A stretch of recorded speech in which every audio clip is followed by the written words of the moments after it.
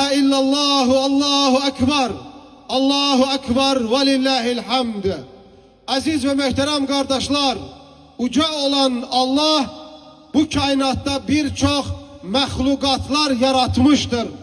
Yarattıklarının içinde en kerametlisi, en hürmetlisi, en takdire layık olanı mehz insan olmuştur. Allah insanı yemek, içmek, sonra da ölüp gitmek ve torpakta çürüyüp torpağa karışmak için yaratmamıştır. Uca olan Allah Kur'an-ı Kerim'de buyurur ki: Tebârekellezî biyedihil mulku ve huve alâ kulli şeyin kadir.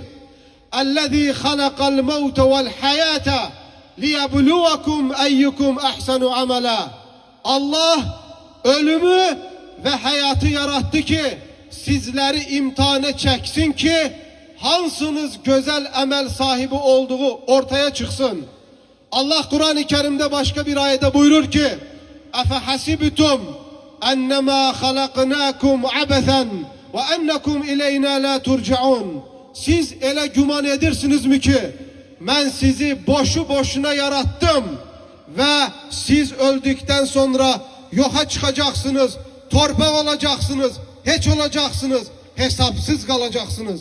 Uca olan Allah bizleri onu tanımamız için yaratıp ibadetlerin hamısını mehz yalnız Allah'a sarf etmek için yaratıp Allah'ı ibadette teklememiz için yaratıp şirkten, küfürden ve şirke ve küfre aparan bütün vesilelerden uzak durmamız için yaratıp Allah Kur'an-ı Kerim'de buyurur: وَمَا خَلَقْتُ الْجِنَّ وَالْاِنْسَ اِلَّا لِيَعْبُدُونَ. Ben cinleri ve insanları yarattım ki beni ibadette teklesinler.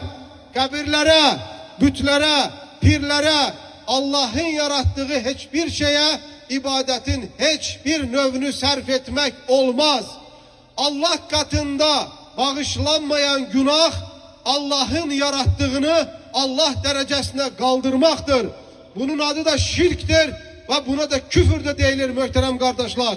Allah insanları şirkten ve küfürden çekindirerek buyurur ki: kimler Allah Azza ve Celle'ye şerik koşarsa, Allah'ın yarattığı herhansı bir mehluku Allah derecesine kaldırarsa veyahut da ibadetin herhansı bir növünü Allah'tan başkasına sarf eləyərsə, Allah ona cenneti haram eləyər, onun gideceği yer cehennem olar, onun orada hiçbir köməkçisi tapılmaz.